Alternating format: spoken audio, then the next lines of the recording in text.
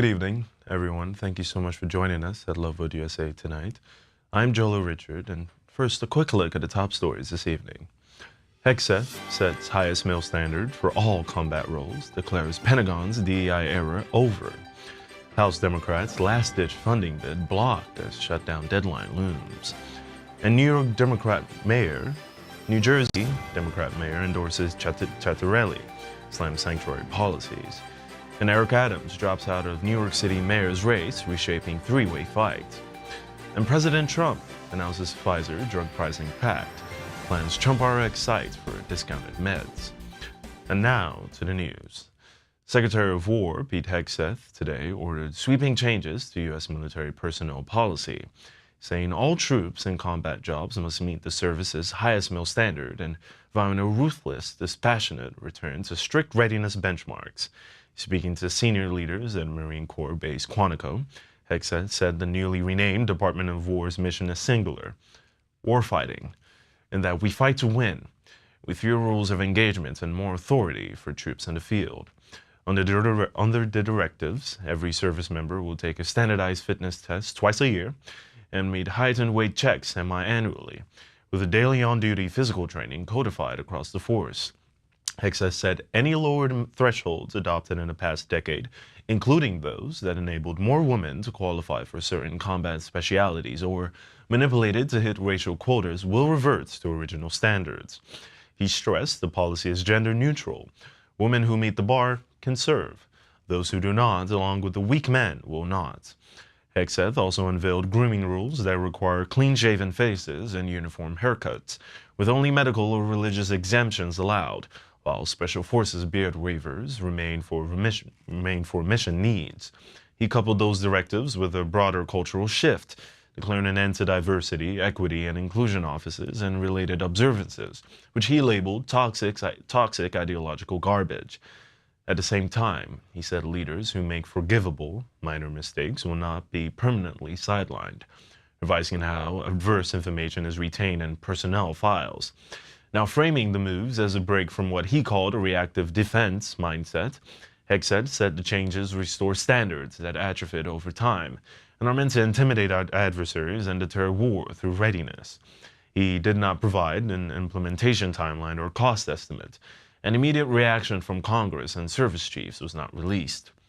The era of the Department of Defense is over, he said.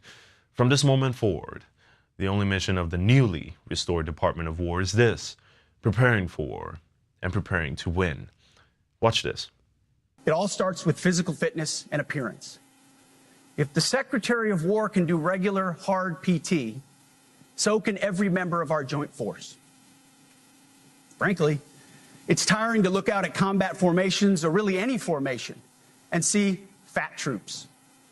Likewise, it's completely unacceptable to see fat generals and admirals in the halls of the Pentagon and leading commands around the country and the world. It's a bad look.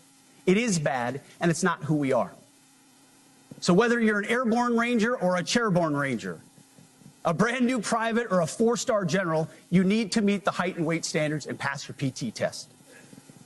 And as the chairman said, yes, there is no PT test. But today, at my direction, every member of the joint force at every rank is required to take a PT test twice a year. In the same light, House Democrats' attempt to fast-track their own short-term funding bill today was swiftly stymied by Republicans, narrowing options with just hours before a potential partial government shutdown. Democrats crowded the floor, seeking unanimous consent to pass a continuing resolution through October 31st that also restored NPR and PBS funding and reversed recent Medicaid cuts. GOP Representative Morgan Griffith, presiding over a brief pro forma session, adjourned without recognizing their request, prompting chants of "shame on you" from Democrats. The GOP-led House has already passed its own stopgap measure to keep spending roughly flat until November 21st, with about $88 million for security across branches of government and no other policy riders. Republican leaders argue their bill provides a clean path to avert a shutdown, while the White House and Democratic leaders say any deal must address expiring Affordable Care Act premium subsidies and also undo Medicaid reductions. Tensions have escalated after President Donald Trump canceled a previous sit-down with Democratic leaders and the administration circulated guidance preparing agencies for potential workforce actions if funding lapses.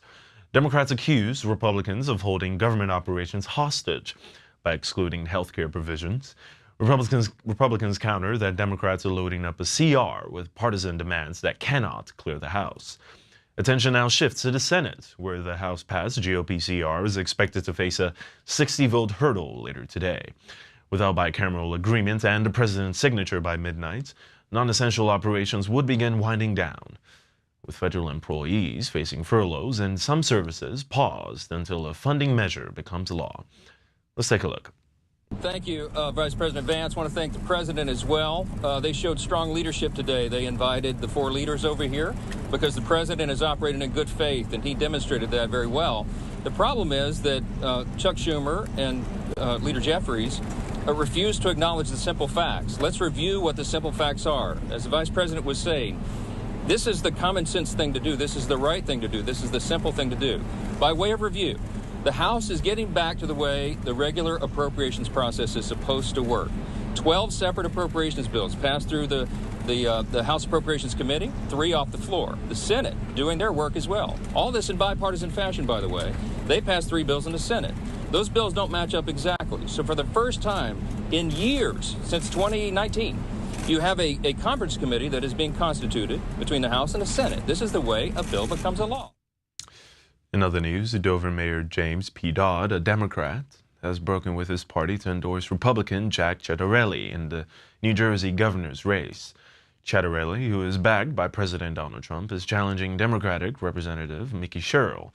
Dodd cited rising taxes, sanctuary city policies, and what he called a lack of real resolutions from Democrats as his reasons for the endorsement. Dodd said immigration policy was a deciding factor, praising Ciattarelli's pledge to end New Jersey's status as a sanctuary state.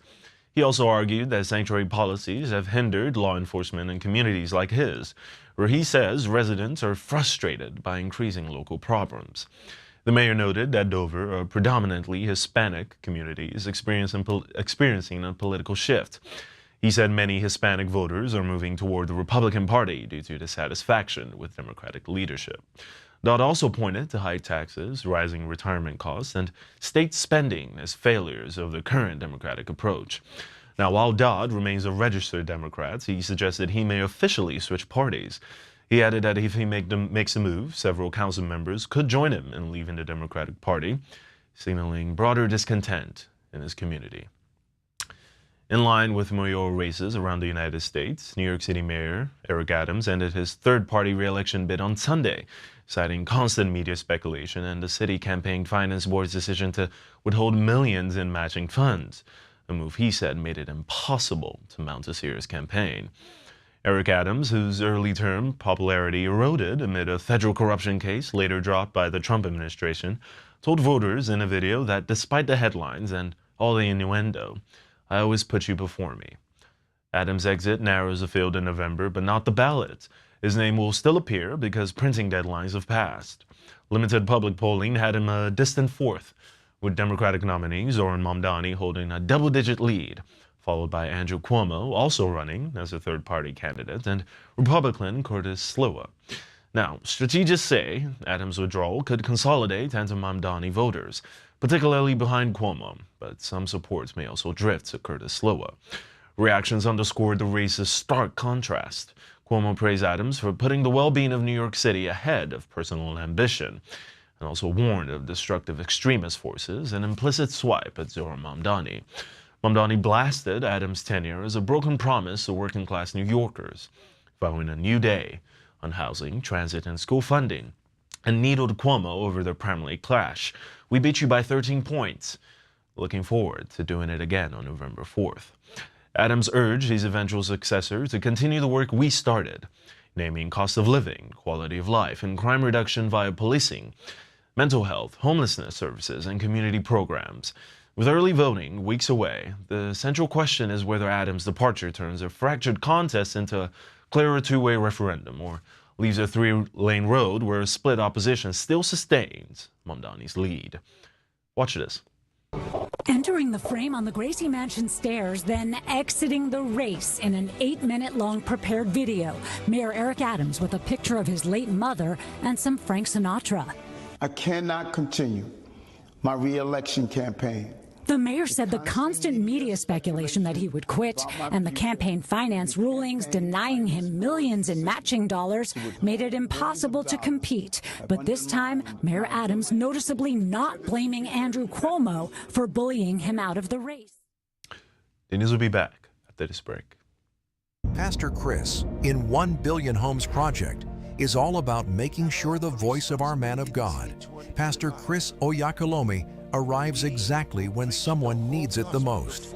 It's a global campaign to saturate the world with the gospel of our Lord Jesus like never before. The gospel is going to go into places that it never was before, into disciplines and areas that it never was before, and establish a higher way of life. Make a global impact today with your sponsorship of Pastor Chris in 1 Billion Homes Project. For every home you sponsor, you send the gospel where it's never gone. You become the reason someone receives life, a second chance, and finds Jesus. Through the dynamic Pastor Chris in 1 Billion Homes Project, we've been able to expand our global mission, touching more souls, more regions, and producing a wave of powerful testimonies from people whose lives have been forever changed. Your financial support as a Loveworld USA partner is not just generous, it's supernatural power for global impact.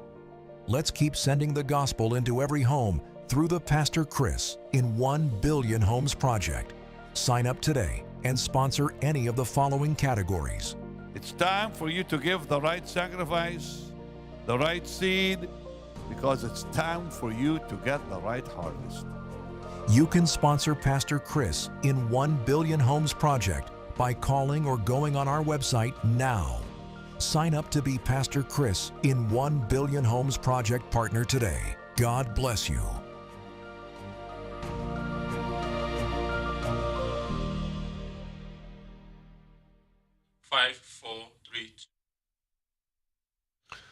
In other news from the U.S. today, President Donald Trump said his administration reached a deal with Pfizer to cut U.S. drug costs, touting most favored nation prices for Medicaid and steep consumer discounts. From the Oval Office, President Trump said Pfizer agreed to offer some of its most used medicines to all consumers at 50% to 100% off list prices, asserting the United States is done subsidizing the healthcare of the rest of the world. Pfizer CEO Albert Bourla called it an historic step that would make the American public the big winner. As part of the rollout, the administration will launch a federal purchasing portal, TrumpRx, to enable direct online purchases of discounted products. Chris Klomp, Director of Medicare and advisor to Health and Human Services Secretary Robert F. Kennedy Jr., said the site would go live soon, but did not provide a specific date.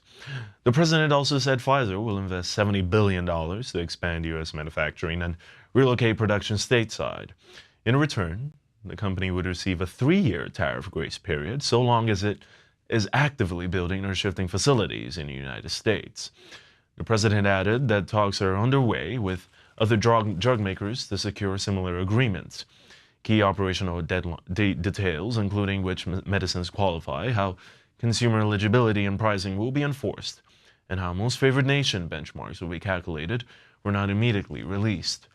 Pfizer said the pact reverses an unfair situation and will significantly improve Americans' ability to afford medicines. Let's take a look. Anywhere in the world, Pfizer has agreed to offer countless prescription medications at major discounts. In the United States, as a result of the most favored nation drug pricing order that we established earlier this year. As you know, the United States is paying sometimes 10 times more than other countries for drugs, and a lot of excuses were made for that, but it went on for many years, many years, decades, and it's not going on any longer. We're going to be paying the lowest price now. We're going to be paying whatever the lowest price is, favored nations. This will save American taxpayers and consumers hundreds of millions of dollars a year. I want to thank Pfizer CEO Albert Bourla, who is one of the most respected people in the industry and in business generally. I will say that, Albert, for joining us today.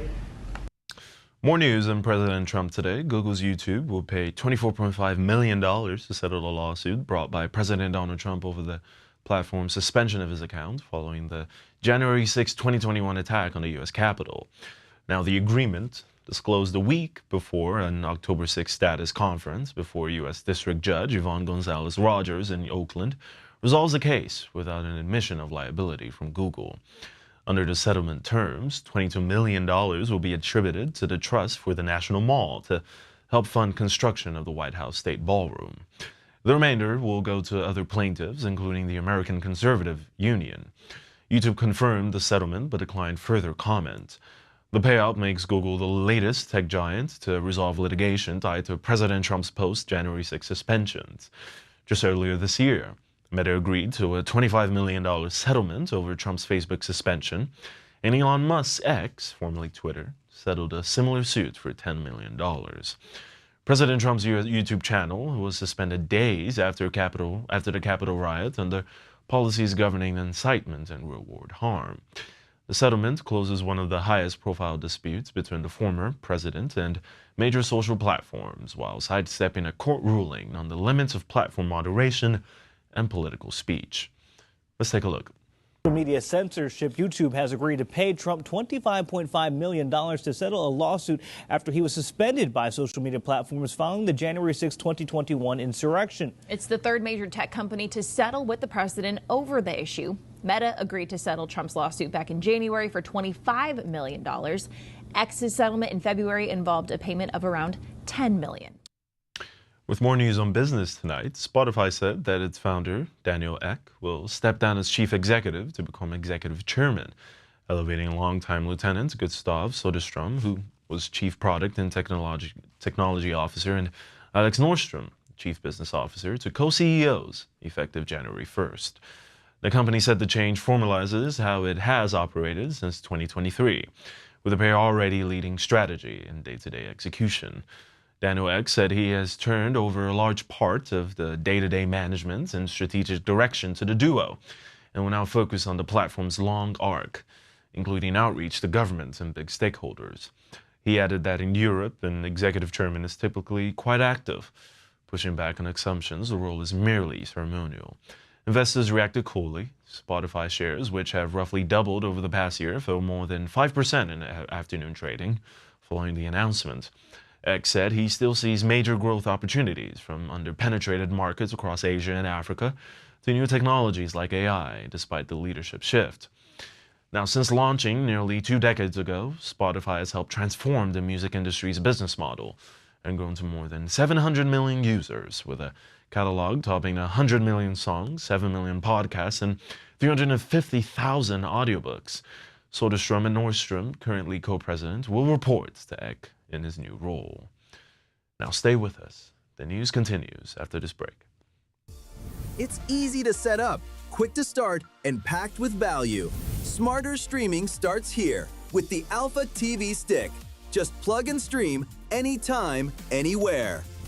Discover a curated lineup of content designed to inspire, live broadcasts and global events, inspirational films and series, children's programming, healing and teaching sessions, all on demand. With millions of downloads worldwide, the Alpha TV app is transforming lives across the globe. And now, we're on a mission to reach 1 billion downloads of the Alpha TV app, and you can be part of it. Join the global wave with 1 billion Alpha TV app downloads worldwide. Bring the higher life into every home. Order your Alpha TV Stick today and experience smarter streaming. Alpha, the higher life is here.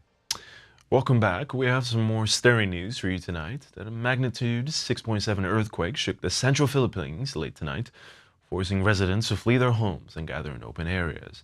The quake was centered about 10 miles northeast of Bogo City in Cebu province and was traced to movements along a local fault line. Authorities reported that the quake significantly damaged structures, including a historic stone church in the town of Danbantayan, where power outages were also confirmed. Officials said assessments are underway to determine the extent of the structural damage. Seismology experts warned of possible aftershocks following the initial tremor. Emergency teams were dispatched to inspect critical infrastructure and provide assistance to affected communities. Now, the Philippines sits on the Pacific Ring of Fire, a zone known for frequent earthquakes and volcanic activity. The nation also faces up to 20 major typhoons annually, making it one of the most disaster-prone countries in the world.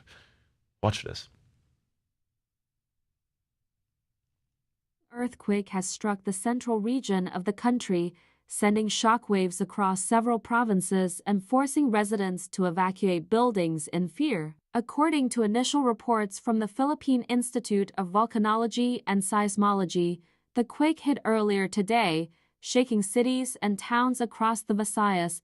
The tremor was powerful enough to be felt in neighboring areas, with some communities reporting falling debris and structural cracks. Emergency response teams are now on high alert, conducting inspections of homes, schools, and government buildings to assess the damage.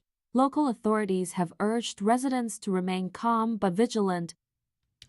Now, more on the international front, at least 3 students are dead, and dozens more remain trapped after a school building collapsed in East Java, Indonesia on Monday. The collapse happened at the Al-Khazini Islamic Boarding School in Sidoarjo, about 780 kilometers east of Jakarta, as students gathered for afternoon prayers. Rescue officials said 38 students and staff are still unaccounted for, as crews work through debris and concrete slabs. Families of the missing waited outside the site, while 77 victims were transported to nearby hospitals for treatment. Emergency teams are providing oxygen and water to those still trapped. Authorities said the building's foundation pillars failed, while construction crews were working on an unauthorized expansion. Indonesia's Disaster Management Agency noted the incident highlights the need for stricter enforcement of building safety standards nationwide. This marks the second major building collapse in Indonesia this month. Early in September, a structure hosting a prayer event in West Java also gave way, leaving 3 people dead. Let's take a look. Rescuers fought for a second day to reach trapped students in a tangled mess of concrete. All that's in Indonesia's East Java, a desperate search to find missing students trapped under concrete rubble. The students at the Al-Khazini Buduran Islamic Boarding School were praying on the ground floor when the building collapsed. I was at home when I suddenly heard a rumbling sound. I felt the ground shaking. I thought it was an earthquake. When I got outside, I saw a thick cloud of dust. Hundreds of rescue workers are involved in the search and trying to run oxygen and water to those trapped. A notice board notes the names of missing students, most of them boys under the age of 17. Last night we were on location. We had to amputate the left arm of a victim on the spot. Now we are treating the patient here. Families of the injured are waiting anxiously at hospitals around the region. Dozens of students are being treated for a range of injuries. Based on the position where he was found, he was in the middle of the building. It was difficult to evacuate him because of the rubble. He was found at 6 in the morning, badly injured in his lower body from the waist to the leg. Now, just before we end the news tonight, we'll have a quick look at tomorrow's weather forecast.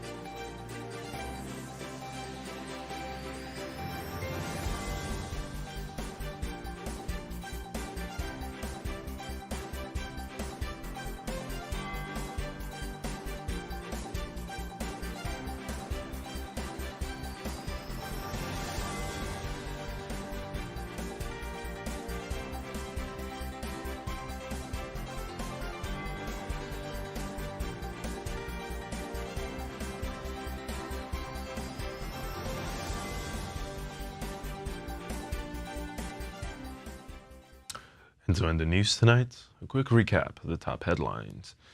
Secretary of War Hegseth sets highest male standards for all combat roles, declares Pentagon's DEI era over. House Democrats' last-ditch funding bid blocked as shutdown deadline looms. New Jersey Democrat mayor endorses Chattarelli, slams sanctuary policies. And Eric Adams drops out of the New York City mayor's race, reshaping three-way fight. And President Trump announces Pfizer drug pricing pact, plans Trump RX sites for discounted meds. And that's the news for tonight. Join us at the same time tomorrow for more news. I'm Joel Richards, signing off. God bless you, God bless our armed forces, and God bless the United States of America.